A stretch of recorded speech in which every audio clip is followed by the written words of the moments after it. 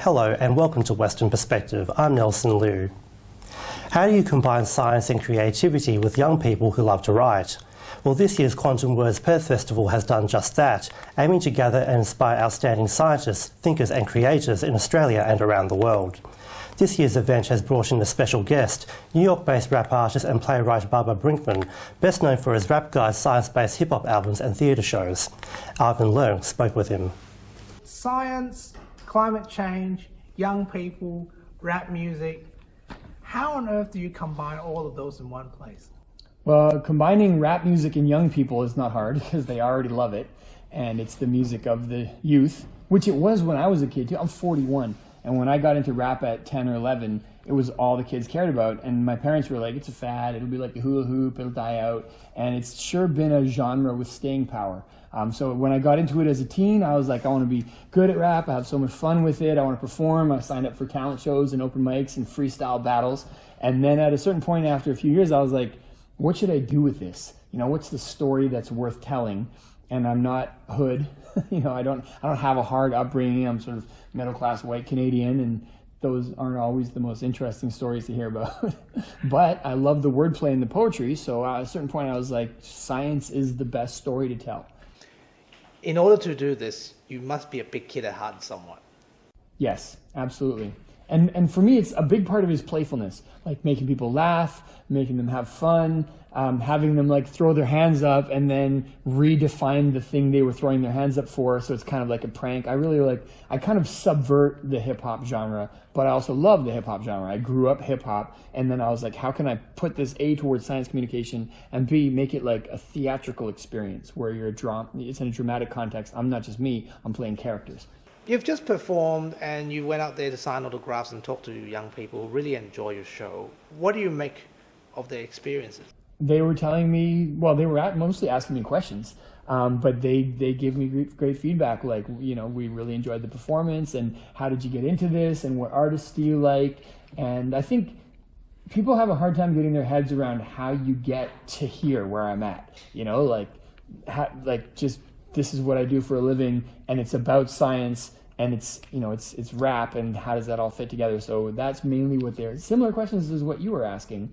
But, you know, I'll tell you, when I come on stage, they're not immediately enthusiastic, are they?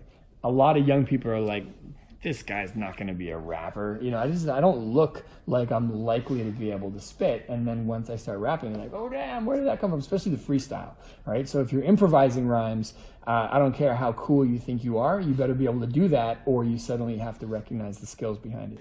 Climate change is a big worry for our generation, particularly the ones coming after us. Mm-hmm. Do you believe they understand what's at stake?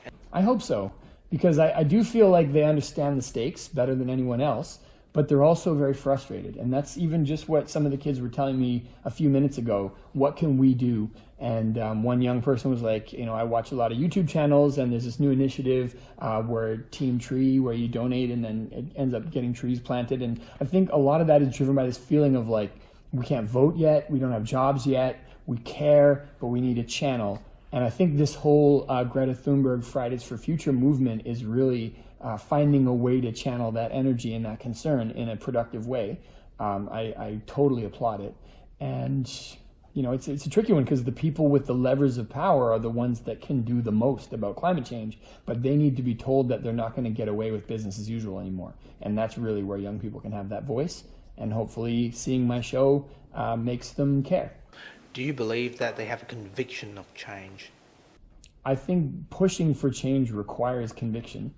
And I think it's easier to pay attention to what's trending on social media or what your friends are gossiping about or fashion trends or things. You know, climate change is a heavy topic. And when you really focus on the details of it, it's a pretty depressing topic as well. So I understand why people don't want to think about it, but it's not going to get better unless we pay attention to it. So one of the things I'm trying to do with my show is make people laugh, make people have a good time, even in the space of a climate change discussion. And hopefully that inspires, you know, the optimism that we can, you know, have a positive future even in the face of the destruction. What about the future? Are you positive about it? I am. Yeah. I mean, there's no question about whether we can stop climate change. We can't. just mitigation. But if you think of it as a spectrum, you know, it's like if you're going to get injured, do you want to break your neck or do you want to break your pinky finger? You know, so I think that the spectrum of different outcomes that we can have still includes ones that are like manageable damage. That you know, and also some people are way more vulnerable to climate change than others, and there's a strong moral case for the haves to do more so that the have-nots are not carrying the main burden. But, you know, I do feel like there's rising consciousness. I started this project almost 5 years ago, and it definitely hit more of a don't care, apathetic response at first. And, you know, it's gaining steam as a global awareness. What's your advice to them and what they can do?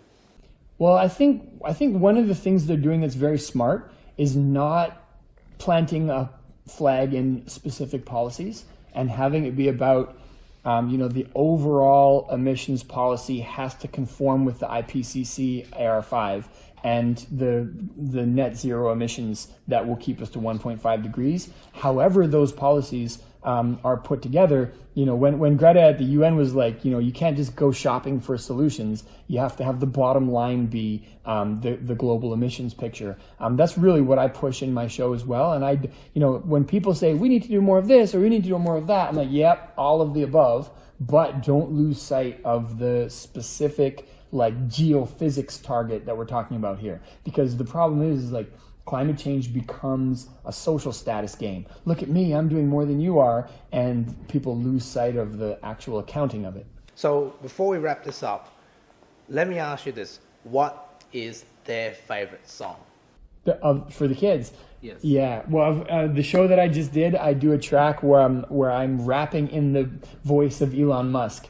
And I'm like, I'm rocking solar panels on my Tesla. Use a gas guzzler? That's messed up. I'll be rocking solar. And then I get the kids to say it, and they all start chanting along, solar panels on my Tesla. And it's just a lot of fun because it's like, it's a pretty simple phrase, but people catch on to it really fast. And all I have to do is this, and right away the whole crowd shouts it back at me. And I, you know, that tends to be their favorite. Baba, thanks for your time. Of course. And that's Western Perspective for this week. Join us next week for another edition. Until then, Ivan and Danny, it's back to you. Thank you, Nelson. And that's our weekly news and current affairs. We have the latest news on our website and social media pages. Until next Sunday after 8 p.m, thank you for watching. Good evening. Take care.